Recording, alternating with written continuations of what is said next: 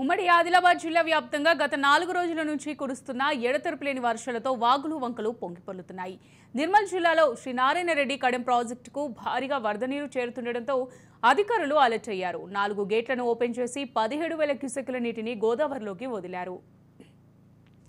గోదావరి పరివాహక ప్రాంతాల ప్రజలు అప్రమత్తంగా ఉండాలని, మత్స్యకారులు చేపల వేటకు వెళ్లొద్దని, గొర్రెల కాపర్లు గోదావరి వైపు వెళ్లొద్దంటూ అధికారులు హెచ్చరికలు జారీ చేశారు.